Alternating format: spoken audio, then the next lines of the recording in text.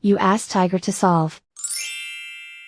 This deals with linear equations with one unknown. The final result is b equals 9/2.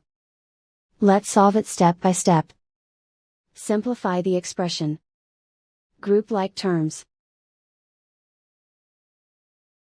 Simplify the arithmetic.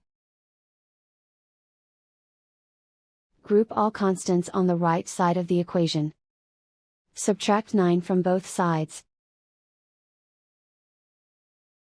Simplify the arithmetic.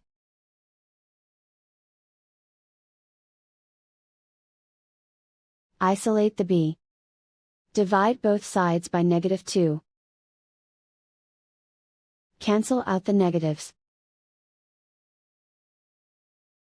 Simplify the fraction. Cancel out the negatives.